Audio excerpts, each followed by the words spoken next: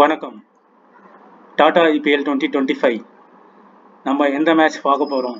Match number 56. Gujarat Titans Mumbai Indians இரவு 7:30 மணிக்கு Wankhede stadium, Mumbai. ரெண்டு டீமுமே ஒரு நல்ல பலம் வாய்ந்த ஒரு டீம், அது உங்கள் எல்லாருக்குமே தெரிஞ்ச விஷயம். இதற்கு நம்ம எப்படி ஃபேண்டசி டீம்ஸ் பிக் பண்ணலாம், அங்கே மும்பை ஆதிக்கம் செலுத்துமா குஜராத் ஆதிக்கம் செலுத்துமா அப்படிங்கிறத டீட்டெயிலாக தெளிவாக பார்ப்போம். பிச் ரிப்போர்ட்டை பொறுத்த வரைக்கும் உங்களுக்கு எல்லாருக்கும் தெரிஞ்ச விஷயம், அது ஒரு பேட்டிங் ட்ராக்னு சொல்லுவாங்க. கரண்ட் ஃபார்ம் பிளேயர்ஸ் யார் யார்? குஜராத் ஷாய் சுதர்ஷன், சுப்மன் கில், பட்லர். இந்த 3 பிளேயர் கன்ஃபார்ம்டு இன்ஃபார்ம். மும்பை எடுத்தீங்கன்னா ரோஹித் சர்மா, ரிகல்டன், சூரியகுமார் யாதவ் கன்ஃபார்ம். திலக் வர்மாவுக்கு பேட்டிங் வாய்ப்பே கிடைக்கல, அந்த மாதிரி மும்பை விளையாடிக்கிட்டு இருக்காங்க. So current form players. போலிங்கை பொறுத்த வரைக்கும் எல்லாம் மாறி மாறி மாறி மாறி தான் இது பண்ணுறாங்க. ஆப்போனன்ட் டீம் ரெண்டுமே வெயிட்டான டீம்ஸ். இதில் லோ பிக் பர்சன்டேஜ் ஒரு 2 பிளேயர் யாராவது வர வாய்ப்பு இருக்கா அப்படிங்கிறத பார்க்கணும். ட்ரம்ப் கார்டு பிளேயர் யாராவது இருப்பாங்களா அப்படிங்கிறத பார்க்கணும். கெரால் கோட்ஸி புதுசாக உள்ள வந்திருக்காரு. லாஸ்ட் மேட்ச் ஒரு மேட்ச் தான் ஆடிருக்காரு, ஒரு விக்கெட் எடுத்திருக்காரு. ஸோ அந்த மாதிரி ட்ரம்ப் கார்டு பிளேயர் யாராவது 4 to 5 விக்கெட்ஸ் எடுப்பாங்களாங்கிறத பார்க்கணும். அப்புறம் ஓப்பனிங் பேட்டர் அண்ட் ஆல்ரவுண்டர் பார்த்தீங்கன்னா வில் ஜாக்ஸ் ஃபர்ஸ்ட் டவுன் வராரு, போலிங் போடுறாரு, பேட்டிங் கான்ட்ரிபியூஷன் பண்ணுவார். அந்த மாதிரி பிளேயர்ஸ் யாராவது இருக்காங்க? ஹார்திக் பாண்டியா இருக்காரு, அவர் டக்குன்னு ப்ரொமோட் பண்ணி 3வது இடத்துல வராரு, ஒரு 46 ரன் அடிக்கிறாரு, ஒரு 3 விக்கெட் எடுக்கிறாரு. ஸோ அந்த மாதிரி கான்செப்ட்ல யார் இருக்காங்க? போலர்ஸ். அப்புறம் சைக்காலஜிக்கல் ஃபேக்டர். இப்போ சைக்காலஜிக்கல் ஃபேக்டர்ஸை பொறுத்த வரைக்கும் 2 விதமாகவே பார்க்கலாம். கரண்டாக தொடர்ச்சியாக மேட்ச் வின் பண்ணிட்டு இருக்கிற மும்பை திடீர்னு இன்னைக்கு சொதப்புவாங்களா அப்படின்னு பார்த்தா வாய்ப்பு கம்மி தான். சொதப்புறதுக்கு ஒரு 10% சான்ஸ்னு வச்சுப்போம். அதே மாதிரி GT Gujarat skill, Sudharsan, Buttler, இந்த 3 பேர் தான் அடிச்சுட்டு வராங்க. இந்த 3 பேருமே நீங்க சொதப்புறாங்கன்னா என்ன ஆகும்? மும்பையோட போலிங் அட்டாக் வெறித்தனமா இருக்கு. ட்ரெண்ட் போல், தீபக் சகார் வெறித்தனமா உள்ள இறங்கி ஜிடியை கொலாப்ஸ் பண்ணிட்டாங்க. சாய் சுதர்ஷனும் அவுட் ஏர்லியரா 10 ரன்னுக்குள்ள, சுப்மன் கில்லும் அவுட், ஜாஸ் பட்லரும் அவுட். அந்த டீமோடைய நிலைமை என்ன? ஸோ அந்த ஆங்கிள் நீங்க சைக்காலஜிக்கல் ஃபேக்டரை பார்க்கணும். High score pressure first bad பண்றவங்க ஹை ஸ்கோர் ப்ரெஷர் போர்டில் போட முடியுமா அப்படிங்கிறதையும் நம்ம பார்க்கலாம். இப்போ வான்கடே ஸ்டேடியம் நடந்த மேட்சஸ் பார்ப்போம். மும்பை இந்தியன்ஸ் எவ்வளோலாம் ஸ்கோர் அடிச்சிருக்காங்கன்னு பாருங்க. 215 for 7, 7 விக்கெட் விட்டுருக்காங்க. சேசிங்ல ஒரே ஒரு விக்கெட் விட்டு 177 அடிச்சிட்டாங்க. சூரியகுமார் யாதவ், ரோஹித், ரிகல்டனே முடிச்சிட்டாங்க. 166க்கு 6, இதுவும் சேசிங். 209 சேசிங். 121 for 12.1 overs. கொல்கட்டாவை பாருங்க, 116ல் கொலாப்ஸ் பண்ணியிருக்காங்க. ராயல் சேலஞ்சரை 221 for 5 விட்டுருக்காங்க. Sunrise Hyderabad 162, Chennai Super King 176, Lucknow Super ஜெயின்ட்டை 161 கொலாப்ஸ் பண்ணியிருக்காங்க.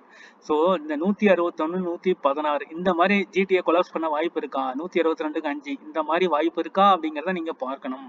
ஆனால் ஜிடி ஃபர்ஸ்ட் பேட்டிங் பண்ணிட்டு இந்த மாதிரி ஸ்கோர் கார்டு வர வாய்ப்பு இருக்கா அப்படிங்கிறத நம்ம பார்க்கணும். இது ஒரு சினாரியோ. இதே மும்பை ஃபர்ஸ்ட் பேட் பண்ணாங்கன்னா இந்த மாதிரி 209, 215, 200 இந்த மாதிரி அடிக்கிறாங்களா அப்படிங்கிறதையும் நம்ம பார்க்கணும்.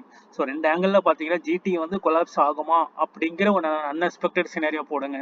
மும்பை கொலாப்ஸ் ஆகிற மாதிரி அன்எக்ஸ்பெக்டட் சினாரியோ, நார்மல் சினாரியோ, ரெண்டுமே ஈக்குவலாக வர மாதிரி ஒரு சினாரியோஸ் கிரியேட் பண்ணலாம்.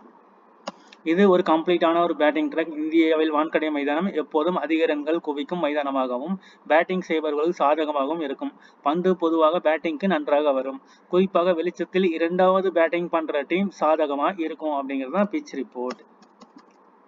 ஸ்கோரிங் பேட்டர்னை பொறுத்த வரைக்கும் above 190 பாருங்க 29 times, above 172 189 35 times, 151 to 169 27 times, below score 150 27 times.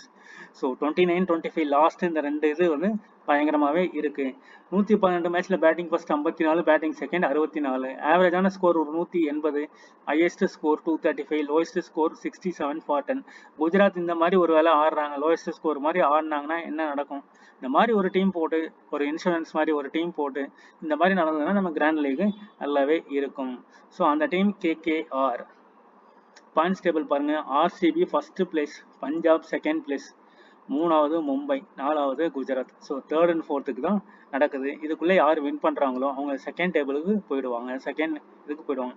Delhi first 4 match 4 win, top of the table இருந்தாங்க. இப்போ 5வது இடத்துல இருக்காங்க, கவலைக்குரிய இடத்துல இருக்காங்க.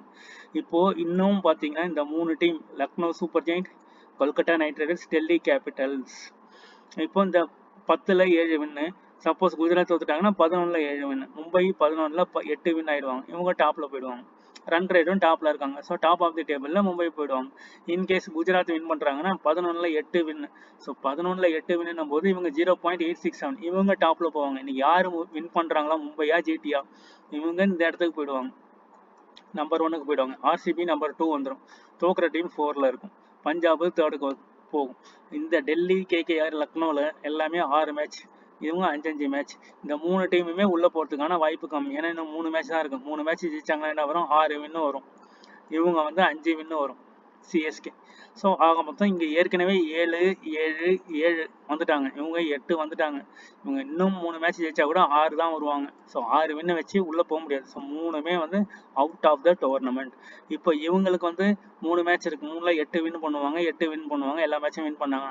இவங்க வந்து 9 வின் பண்ணுவாங்க. ஸோ இந்த 3 பேருக்கு இதுலேருந்து ஒரு டீம் உள்ளே போகிறதுக்கான வாய்ப்புகள் இருக்கும், கண்டினியூஸாக ஜெயிக்கும் பட்சத்தில். இதுதான் இப்போ இருக்கிற current points table.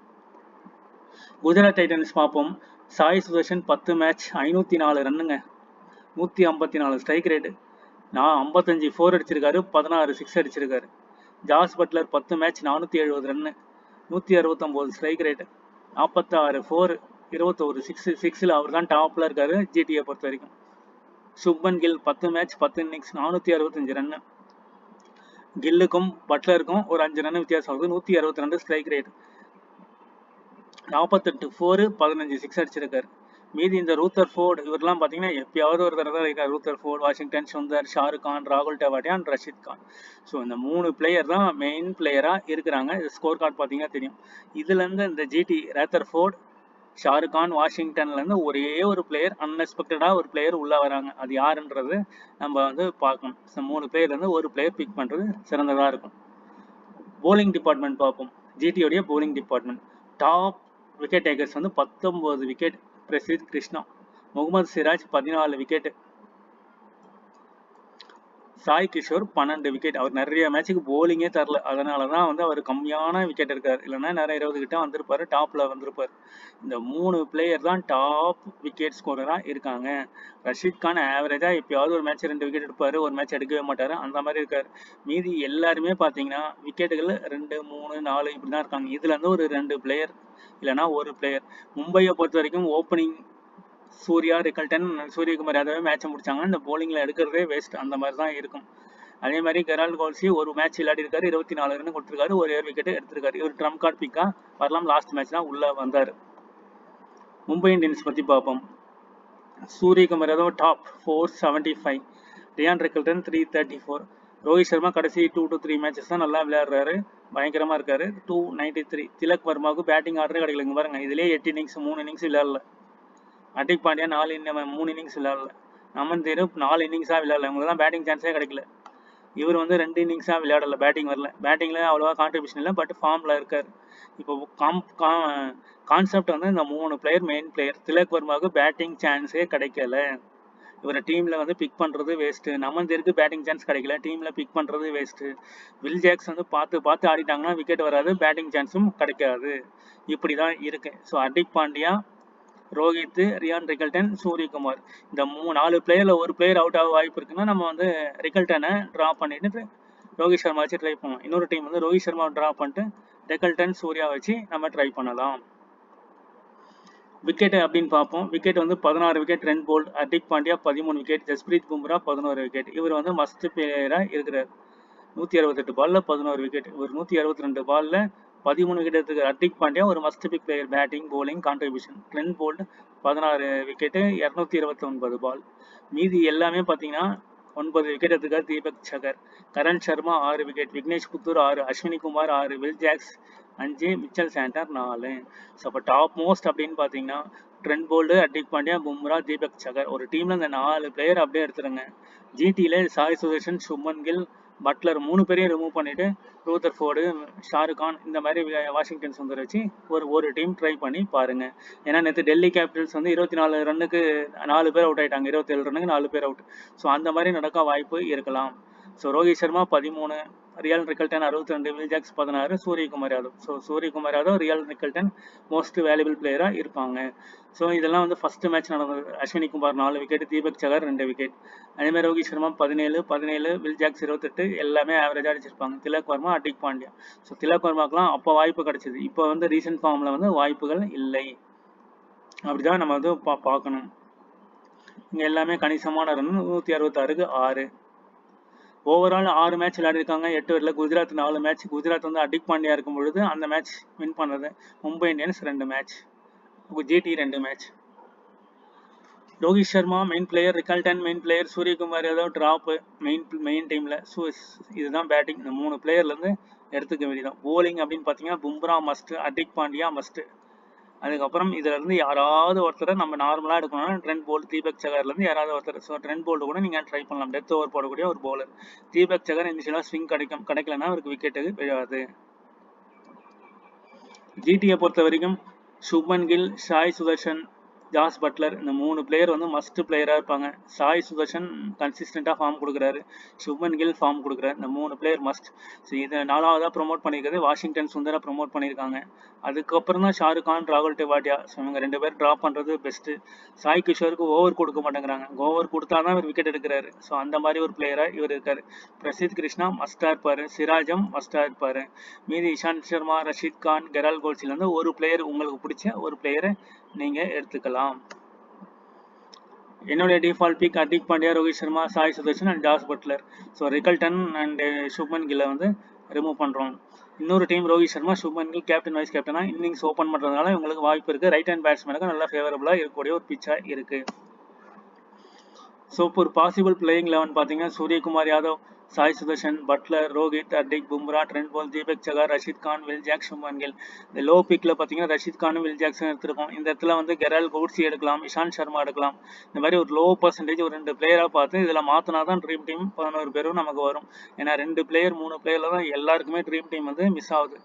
10 player 11 பிளேயரில் 7 player match ஆகுது, 8 பிளேயர் மேட்ச் ஆகுது, சில டைம் 9 பிளேயர் மேட்ச் ஆகுது. 2 பிளேயரில் தான் மிஸ் ஆகிட்டே இருக்குது கன்சிஸ்டண்ட்டாக. ஸோ கேப்டன் பார்த்தீங்கன்னா Shubman Gill, Suryakumar Yadav. Shubman Gill given is consistent run scoring is strong candidate for captaincy. அதேமாதிரி Suryakumar Yadav aggressive batting. So fantasy பாயிண்ட்ல ஒரு 40-50 ரன் அடிச்சா கூட செமையாக வந்துடுறாரு. ஸோ கேப்டன் நாக்கு ஓகே. ஆல்ரவுண்ட் பர்ஃபார்மன்ஸ் பார்த்தீங்கன்னா Hardik Pandya batting plus bowling. Rashid Khan ஒரு விக்கெட் டேக்கிங் எபிலிட்டிஸ் உள்ள ஒரு போலர், எக்கனாமிக் போலர். ஸ்ட்ராங்காக ஒரு வைஸ் கேப்டன் குஜராத் வின் பண்ணுற மாதிரி இருந்ததுன்னா இவரை நம்ம டீமில் போட்டு ட்ரை பண்ணலாம். தேங்க்யூ ஃபார் வாட்சிங்.